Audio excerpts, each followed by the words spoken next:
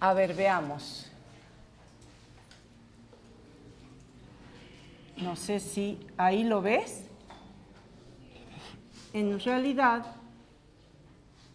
lo único que me interesa acá es mostrar qué es lo que sucede en el interior de esta batería. Esta es la representación de una batería común, donde en el interior hay algún electroquímico o también puede representar otro tipo de generación de energía, como la energía eólica, la energía hidroeléctrica, ¿sí? Pero en definitiva esto sería una pila con un electroquímico adentro que transforma esa energía química en energía eléctrica. Entonces, en esta batería aparece en el interior, aquí había puesto B y aquí había puesto A, aparece un campo eléctrico no electrostático. ¿Por qué? Si tuviera una carga acá en el interior, fíjense, y la diferencia de potencial entre A y B fuese, como lo indica su nombre, desde A hasta B, entonces había un campo eléctrico electrostático que hacía que la carga esta sienta una fuerza que la mueva desde A hasta B. ¿Está bien? Entonces acá habría una fuerza eléctrica que haría que el electrón ese se mueva. Pero en realidad, como existe este campo no electrostático, la fuerza interna es nula, porque está en equilibrio, ¿se entiende? Entonces, en este caso podríamos decir que la diferencia de potencial entre el borne A y B es igual a este campo no electrostático, al trabajo que realiza el campo no electrostático, ¿sí? Al trabajo de mover desde B hasta A,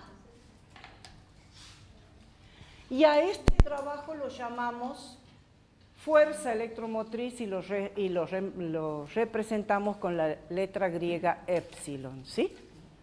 Pero resulta que esta fuerza electromotriz, estamos diciendo, es una diferencia de potencial, es decir, es energía por unidad de carga. Entonces no es fuerza, y las unidades con las que se la miden también son el volt, igual que el caso de la diferencia de potencial. ¿Se entiende? Vuelvo a explicar. Una batería común es un sistema que está formado por dos metales, los bornes son dos metales de diferente característica. Por ejemplo, uno es cobre y el otro es zinc, o uno es cobre y el otro es plata. Y en el interior hay un electroquímico, es decir, hay una energía química que está dispuesta a transformarse en energía eléctrica. ¿Se entiende? Bien. Si no existiera el electroquímico y yo le pongo una diferencia de potencial entre A y B, se establecería este campo eléctrico que sí es electrostático, que haría que sobre el electrón aparezca una fuerza de origen eléctrico. Pero en realidad que la batería está para eso. Es como decir, la fuente de agua, la bomba de agua que me hace subir el agua desde el recipiente que está en el fondo hacia la parte de arriba para que salga en forma ornamental, ¿sí? Es como una bomba. Entonces, toda la energía química que hay almacenada acá es como esa bomba que me hace subir las cargas desde menor potencial hasta mayor potencial, porque aparece este campo no electrostático. ¿Está bien? Que hace que cuando la batería está así sola, esa carga está en equilibrio, porque dije que la fuerza eléctrica es igual y opuesta a la fuerza del campo no electrostático. A ver, pongamos E por el campo no electrostático. Entonces la fuerza neta es igual a cero acá. La sumatoria de fuerzas es igual a cero, ¿está bien? Porque aparecería, pongamos con otro color, otra fuerza acá debida al campo no electrostático, fuerza eléctrica no electrostática, ¿está bien? Exactamente. Solamente se cumple esto cuando la batería no está conectada a nada. ¿Está bien? Cuando no hay corriente. Bien. Entonces dijimos, en esta situación, cuando la batería no está conectada a nada, la diferencia de potencial entre el borne A y el borne B es igual a la FEM de la batería. A la FEM, que se le dice FEM porque antiguamente se le dijo fuerza electromotriz. Hoy se sabe que no es una fuerza, es una diferencia de potencial. Pero de antiguamente se llamó así y le quedó el término así. ¿Está bien? Bien. Pero resulta así.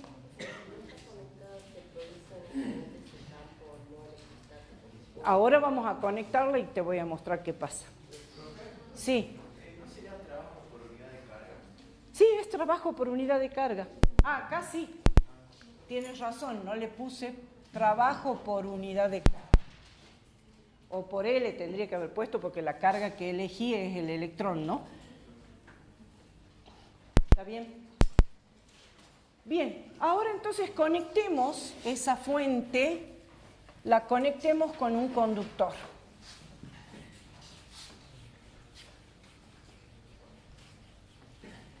Fíjense, entonces tengo ahora la misma fuente y la conectamos con un conductor que también va desde A hasta B, pero por acá abajo. Y por consiguiente, al ser conductor, que tiene cierta sección y cierta longitud, tiene resistencia R. ¿Está bien?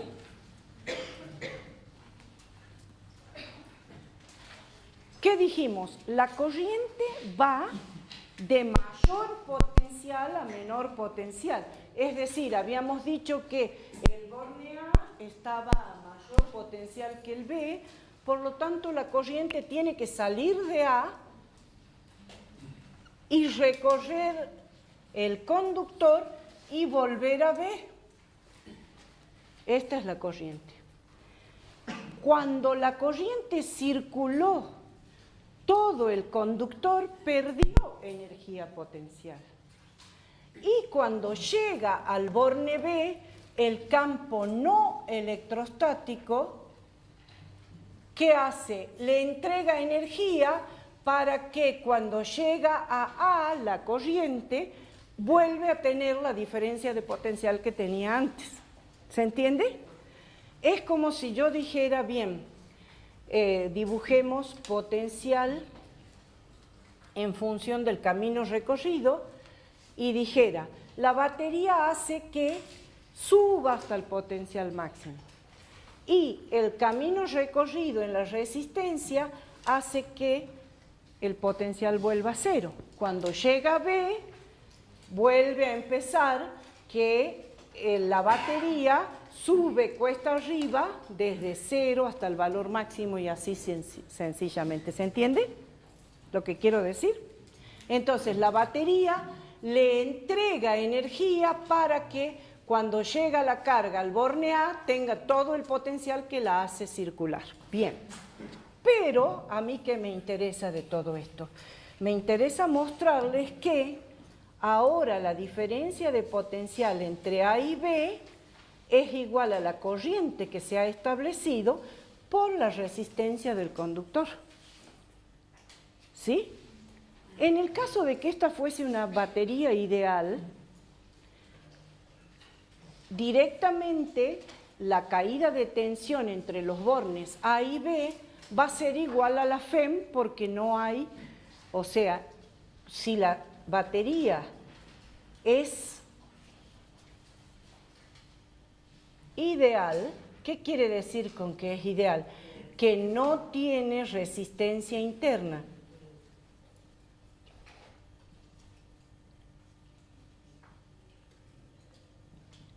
En este caso, podemos decir que la caída de tensión entre los bornes es siempre igual a lo que entrega la batería o la FEM.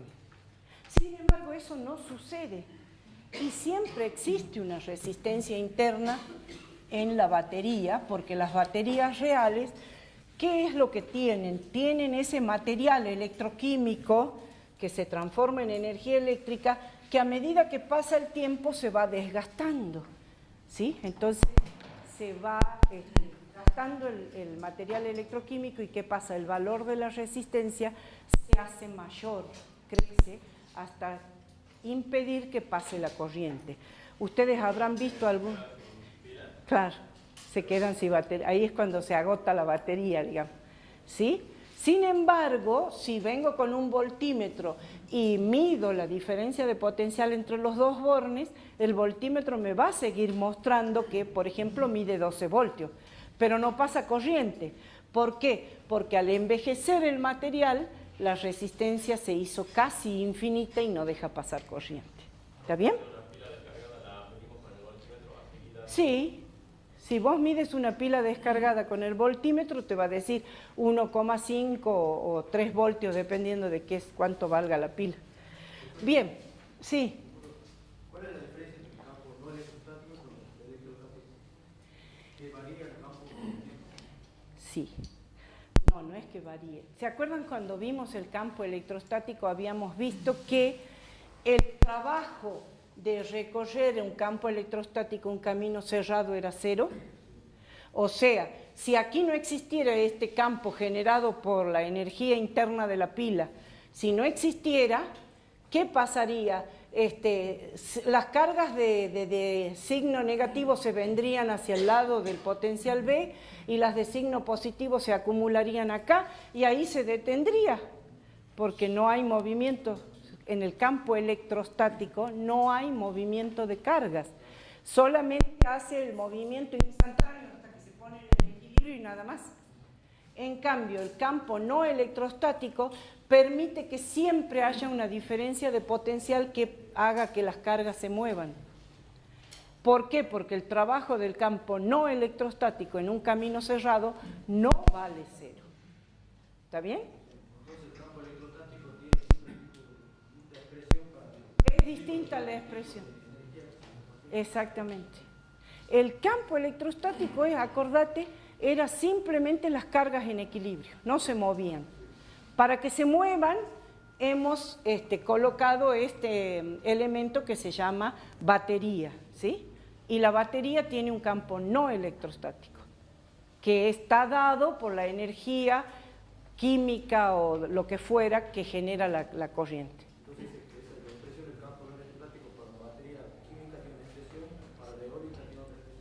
Claro, ya vamos a estudiar.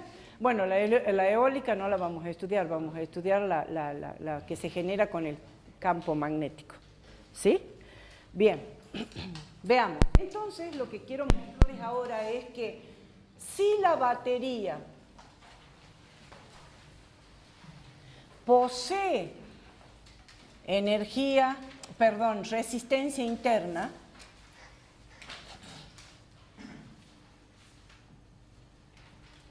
si la batería posee resistencia interna, cambia, porque en este caso, fíjense, la diferencia de potencial entre A y B va a ser igual a lo que entrega la batería menos el término de la corriente por esa resistencia interna de la batería. Entonces, como antes habíamos dicho que la caída de que la caída de potencial entre A y B también era igual a I por R, entonces, ¿qué quiere decir? Que I por R es igual a la FEM menos la corriente por la resistencia interna. O sea, en definitiva, que la FEM va a ser igual, la corriente, en este caso, va a ser igual a la FEM dividida la suma de las resistencias externas del cable y la interna de la batería. ¿Se entiende? Y quiere decir que a medida que la resistencia interna sea mayor, la diferencia de potencial entre los bornes por el camino conductor sería menor que la FEM aplicada. En este caso podríamos hablar de la FEM la caída de tensión entre A y B en función de la resistencia interna. Inicialmente, si la resistencia interna es 0, inicialmente la caída de tensión sería la FEM, que es lo que dijimos acá, y si la resistencia interna se hace mayor, decaería, ¿sí? Donde esta diferencia es I por la resistencia. Está exagerado el dibujo porque no es que caiga tanto, o sea, mucho depende del tipo de pila, el tiempo en que la caída de tensión decae, ¿sí? ¿Se entiende?